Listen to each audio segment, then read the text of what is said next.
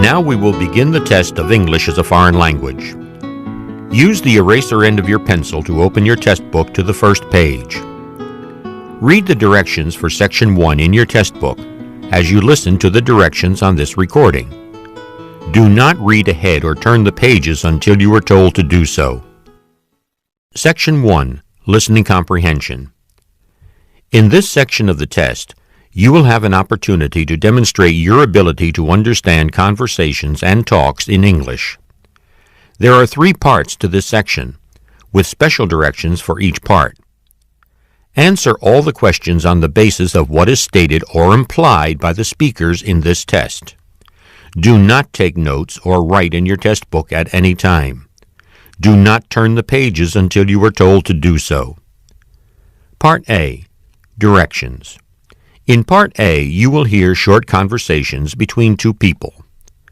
After each conversation, you will hear a question about the conversation. The conversations and questions will not be repeated. After you hear a question, read the 4 possible answers in your test book and choose the best answer. Then, on your answer sheet, find the number of the question and fill in the space that corresponds to the letter of the answer you have chosen. Here's an example. On the recording you hear, "I don't like this painting very much." Neither do I. What does the man mean? In your test book, you read, A. He doesn't like the painting either. B. He doesn't know how to paint. C. He doesn't have any paintings. D. He doesn't know what to do. You learn from the conversation that neither the man nor the woman likes the painting. The best answer to the question, "What does the man mean?" is A. He doesn't like the painting either. Therefore, the correct choice is A. Go on to the next page.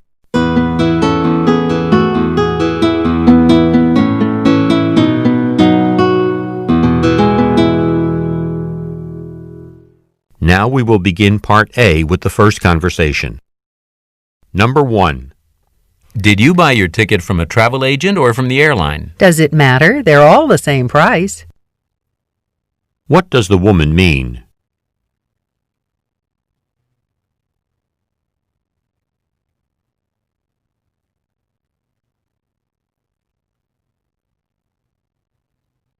Number 2. When do you think your apples will be ready to pick? You can always tell whether an apple's ripe by its color. What does the woman imply about the apples?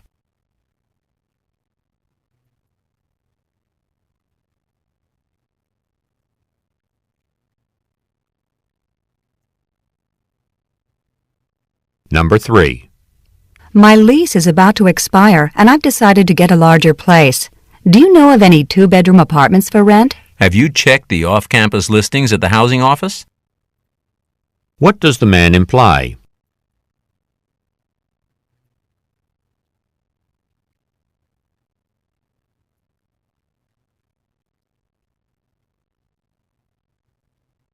Number 4. Judy looks terrific these days. Better than I've ever seen. I think it's her new haircut. Short hair really flatters her. What does the woman mean?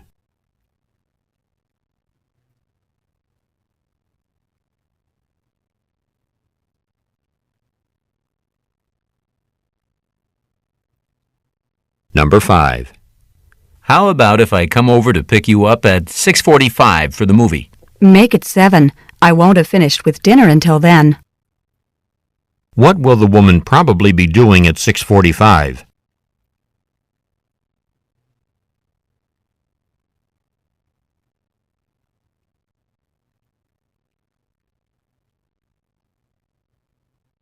Number 6. I'm moving next week and I have so much to do. I'll never get it all done. Don't forget to tell the post office to forward your mail. You don't want to miss any important letters. What does the woman suggest the man do?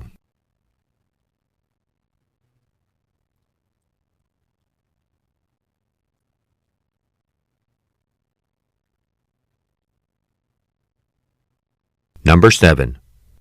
Is that a new pair of glasses? I'm making do with this old pair until my good ones are fixed. What does the man imply?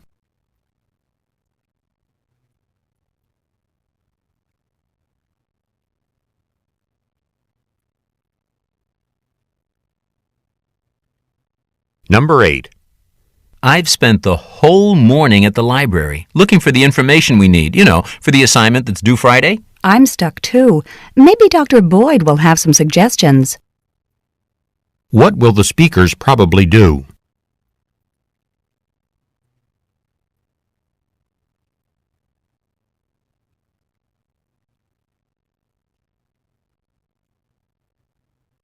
Number 9.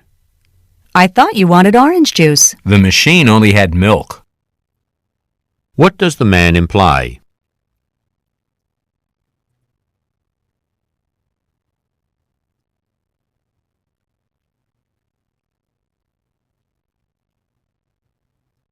Number 10.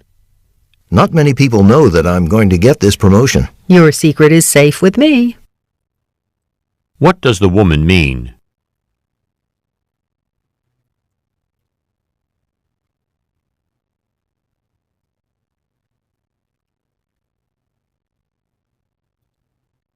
Number 11. The weather's so nice, I think I'm going to eat my lunch outside. Care to join me? I'm meeting Bill in the cafeteria at noon. How about tomorrow? What does the man mean?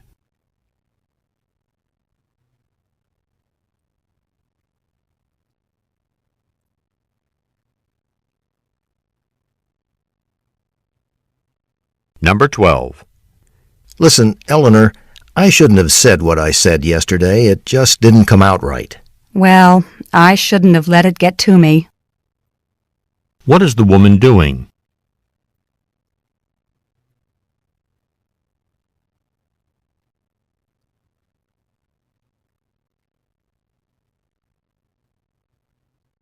Number 13. Are you just about finished? I need to get a hold of George before we leave. Just one more quick call, then it's all yours. What does the woman mean?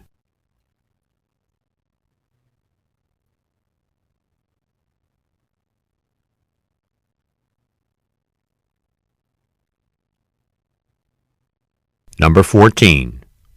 I can't decide whether to take Professor Brown's class or Professor Thompson's. I can tell you this about Thompson. She knows how to get your attention and hold it. What does the man imply about Professor Thompson?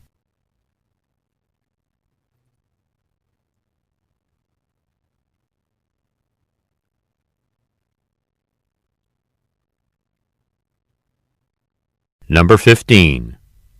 I heard you were worried about your history final. How did it go? Well, the essay part was about what I expected, but the multiple choice section wasn't bad. I was really surprised. What does the woman mean?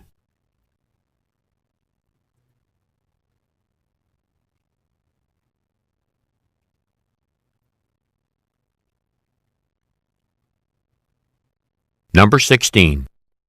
You've been sitting at that desk for 3 hours. In half an hour, I'm going to take a break for lunch. What does the man mean?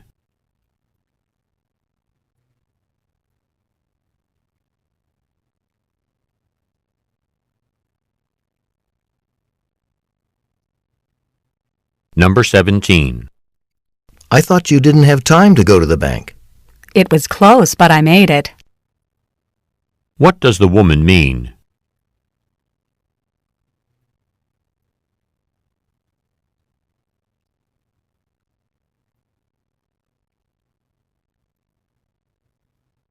Number 18. Could you please check the list again? I sent in my registration application and fees for the conference last month. Oh, you did. Yes, here's your name. Okay, you can go ahead to the next table for your information kit. What can be inferred from the conversation?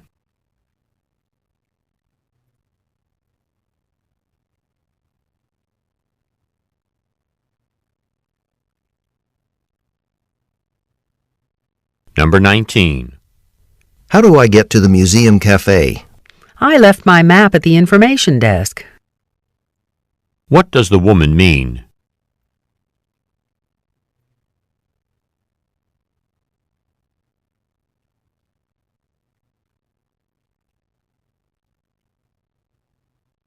Number 20. I'd be glad to drop you off downtown on my way home. Well, if you're sure it's not out of your way. What does the man mean?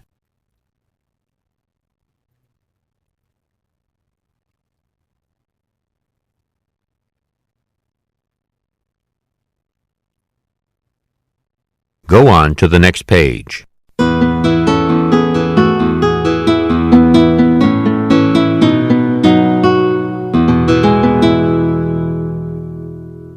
Number 21. I've got to go to the dentist tomorrow at 3. Do you think I could make up the hours I'll miss another day? I'll see what I can do. What does the man mean?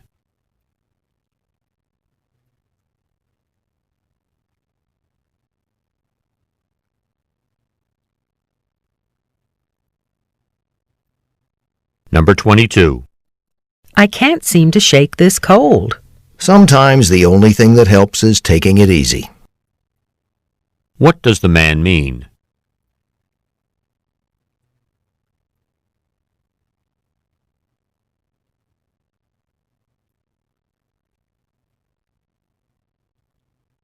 Number 23. I forgot to get a new pen for tomorrow's calligraphy class. Do you know when the campus store opens in the morning? I'd try the mall tonight. Your class starts early. What does the woman imply?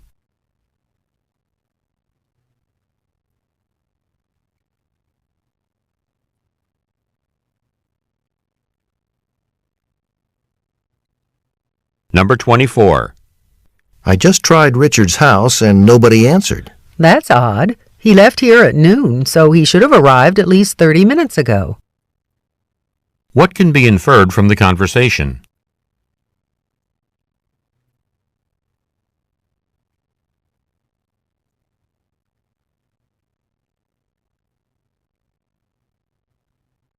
Number 25. That little grocery store on the corner looks as though it's seen better days. I'm afraid it's only a matter of time before it closes down. What does the woman mean?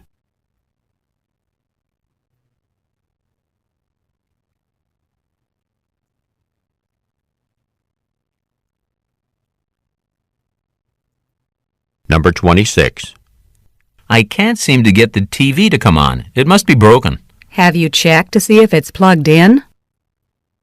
What does the woman imply?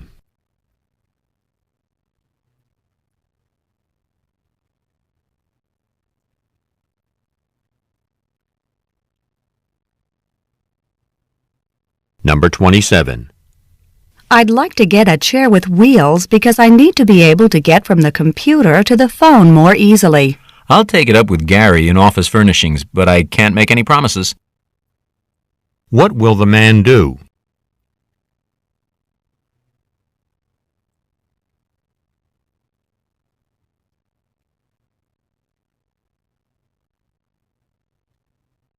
Number 28.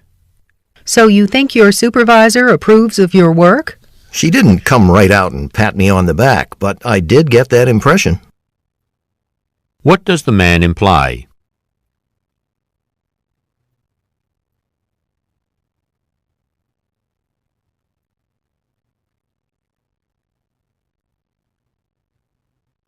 Number 29.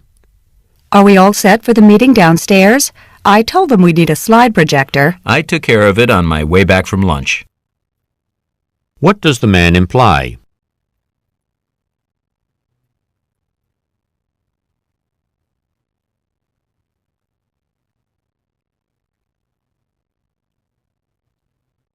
Number 30. Do you think the blue jacket would look better with these pants? In this heat, I don't think you'll be comfortable in anything but the cotton one. What does the woman suggest the man do?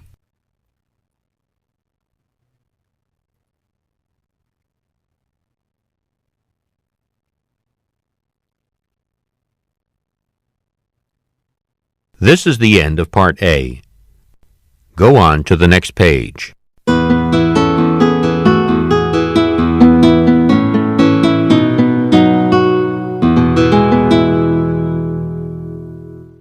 Now read along as the directions for Part B are being read. Part B. Directions. In this part of the test, you will hear longer conversations. After each conversation, you will hear several questions. The conversations and questions will not be repeated. After you hear a question, read the 4 possible answers in your test book and choose the best answer. Then, on your answer sheet, find the number of the question and fill in the space that corresponds to the letter of the answer you have chosen. Remember, you are not allowed to take notes or write in your test book. Go on to the next page.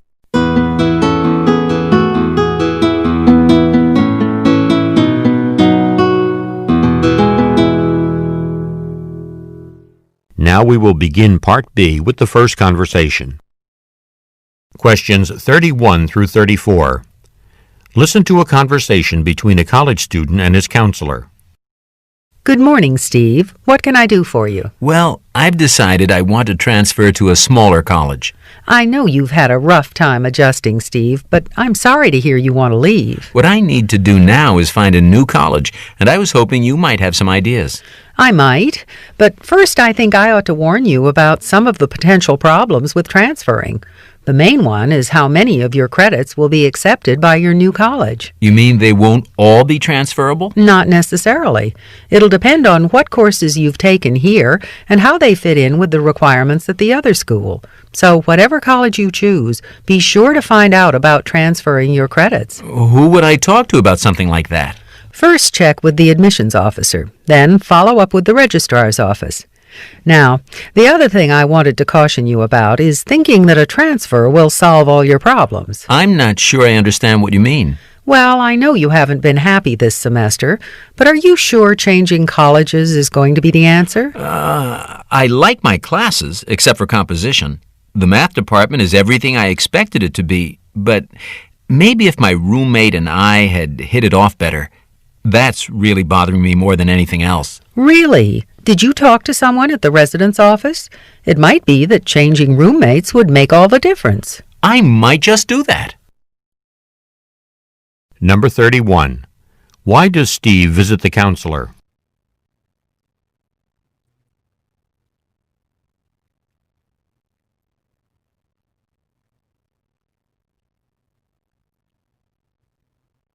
Number 32. What is one possible problem the counselor points out to Steve?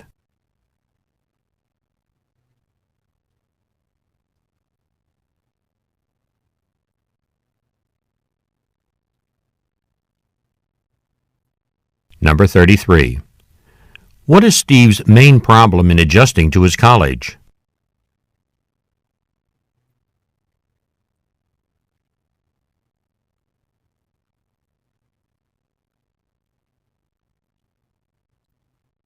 Number 34. Where will Steve probably go to get his problem solved?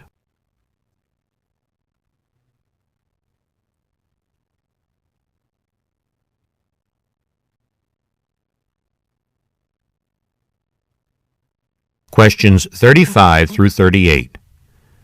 Listen to a radio interview with an author. Diane, first let me congratulate you on your latest thriller's success. Tales of Deception has topped the bestseller list for the past 27 weeks straight. How do you do it? In my novels, plot is everything. I'm fascinated by suspense, and I try to weave as chilling a tale as possible. I seek to give my readers an extremely intricate mystery that keeps them guessing until the last minute. For your latest novel, I understand you worked undercover with the Los Angeles police for several months. What did you get out of that? Well, since my main character is a police detective, I needed to immerse myself in that role, to find out how an officer thinks and how a crime is investigated. In addition to telling a powerful story, you are quite deft with the language.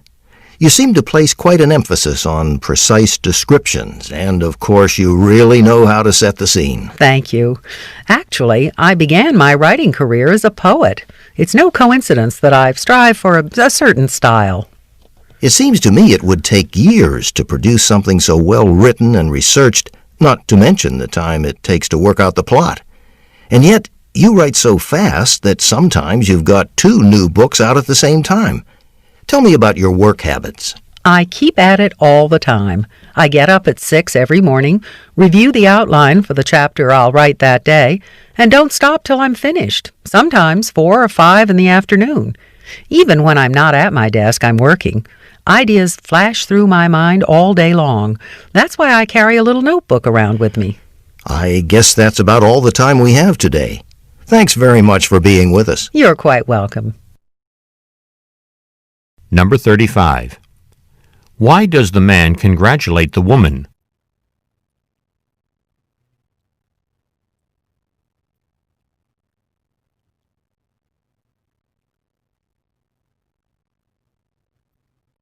Number 36. Who is the main character in Tales of Deception?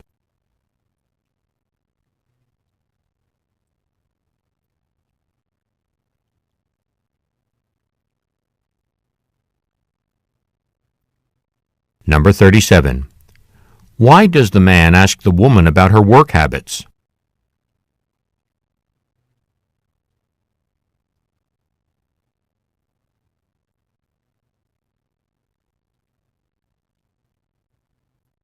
Number 38.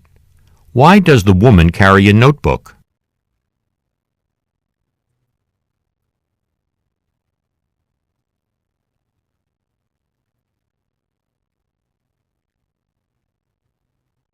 This is the end of Part B.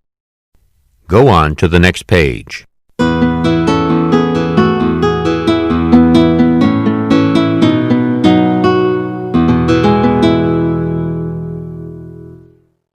Now read along as the directions for Part C are being read. Part C, Directions. In this part of the test, you will hear several short talks. After each talk, you will hear some questions. The talks and the questions will not be repeated. After you hear a question, read the 4 possible answers in your test book and choose the best answer. Then, on your answer sheet, find the number of the question and fill in the space that corresponds to the letter of the answer you have chosen. Here is an example. On the recording, you hear, listen to an instructor talk to his class about a television program. I'd like to tell you about an interesting TV program that'll be shown this coming Thursday. It'll be on from 9 to 10 p.m. on Channel 4. It's part of a series called Mysteries of Human Biology. The subject of the program is the human brain, how it functions, and how it can malfunction. Topics that will be covered are dreams, memory, and depression. These topics are illustrated with outstanding computer animation that makes the explanations easy to follow. Make an effort to see this show. Since we've been studying the nervous system in class, I know you'll find it very helpful. Now listen to a sample question. What is the main purpose of the program? In your test book, you read A. To demonstrate the latest use of computer graphics. B. To discuss the possibility of an economic depression. C. To explain the workings of the brain. D. To dramatize a famous mystery story. The best answer to the question, what is the main purpose of the program, is C. To explain the workings of the brain. Therefore, the correct choice is C. Now listen to another sample question. Why does the speaker recommend watching the program? In your test book, you read A. It is required of all science majors. B. It will never be shown again. C. It can help viewers improve their memory skills.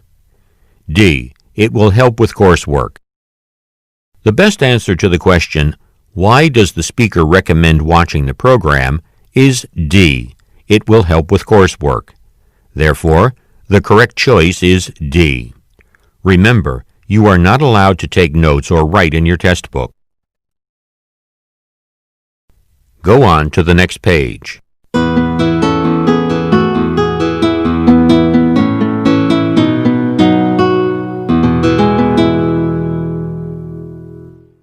Now we will begin Part C with the first talk.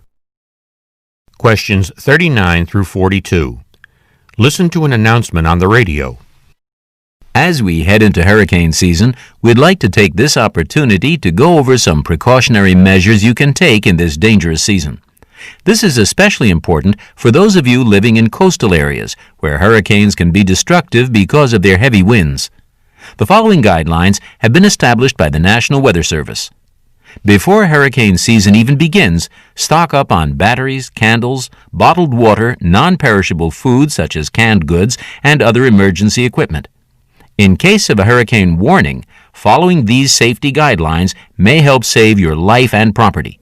First of all, protect windows with boards or tape, since they're not strong enough to withstand hurricane-force winds. These winds can reach up to 200 miles per hour. Also, the National Weather Service recommends that you fill up your car with fuel in case you need to evacuate. Gas stations may be closed by the time you need to leave your home. Remember also, it is suggested that you stay indoors if your home is sturdy and on high ground. However, homes in low-lying areas will likely be evacuated since flooding is a possibility.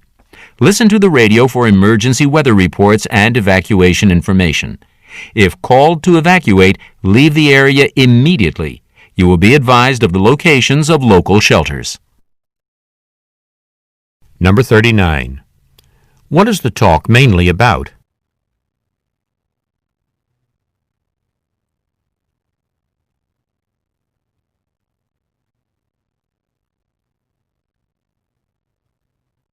Number 40. What organization provided the information for the announcement?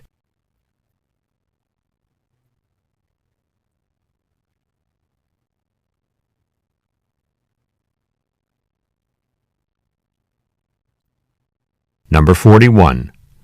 What should people do before hurricane season begins?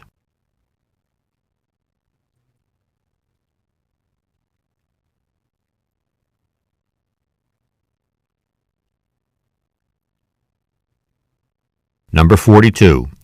According to the announcement, why should people fill their cars with fuel before a hurricane?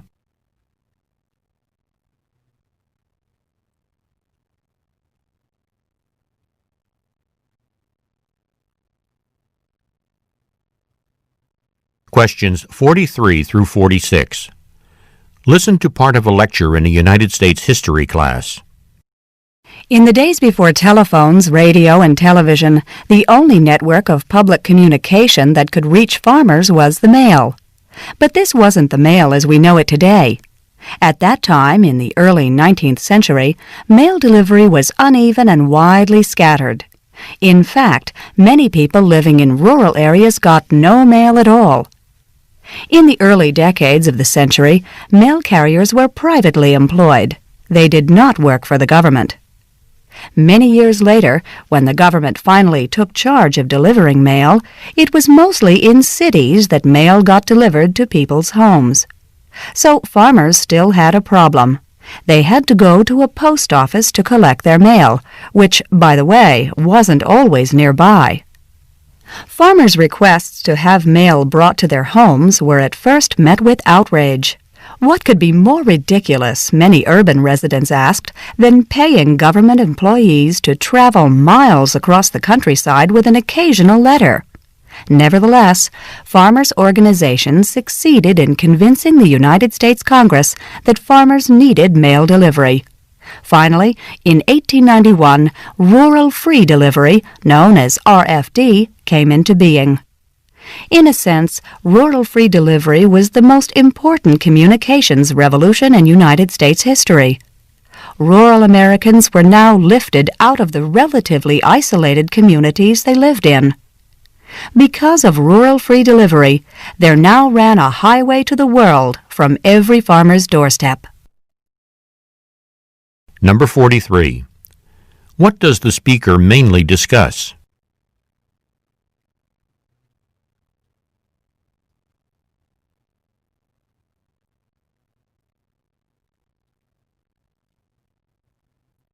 Number 44. What is true of mail delivery in the early 19th century?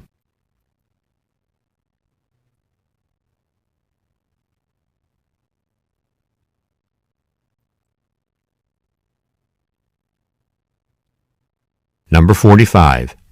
According to the speaker, what problem did farmers face with early mail service?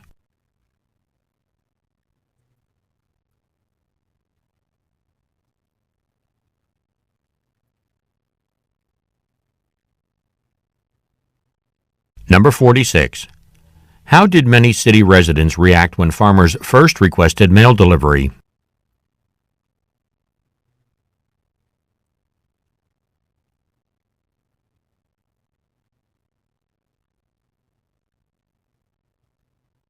Questions 47 through 50. Listen to a lecture in an earth science class. Today I'd like to explain the Mohs scale, used in what is called the scratch test. This scale is based on the simple fact that harder minerals scratch softer ones. For example, a diamond scratches glass, but glass doesn't scratch a diamond. A quartz crystal can scratch a feldspar crystal, but not the other way around. The scale is named for Friedrich Mohs, the mineralogist who devised it in 1812. His scale spans the range of minerals known at that time, from the softest to the hardest. By performing a scratch test using known minerals and a few common tools, an unidentified mineral sample can be placed between 2 points on the scale. By referring to the scale, the mineral can then be identified. I have here a collection of the minerals included on the Mohs scale, as well as the tools necessary to complete this exercise. I'd like you each to take a mineral sample from the basket at the front of the room and classify it according to its place on the Mohs scale. First, however, I should give you a little warning. The hardness of any mineral depends on the strength of the bonds between ions or between atoms. The stronger the bond, the harder the mineral. Because bond strength may differ in various angles of a crystal, the hardness may vary slightly depending on the direction in which the mineral sample is scratched. So be sure to scratch each sample in several different directions. Number 47. What is the lecture mainly about?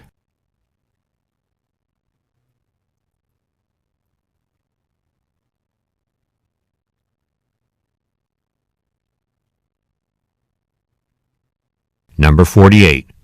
What aspect of a mineral is the Mohs scale used to identify?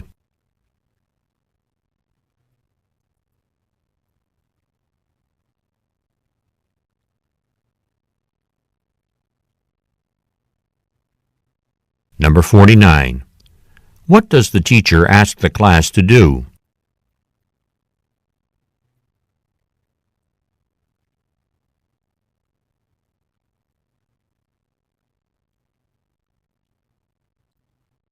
Number 50. According to the teacher, when might the hardness of the same mineral seem to vary?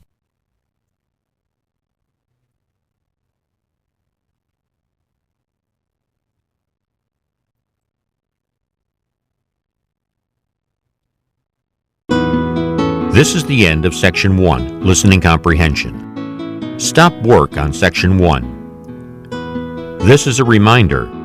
At the end of the test, the supervisor will collect all of the test books. You may not leave until all of the test books have been collected.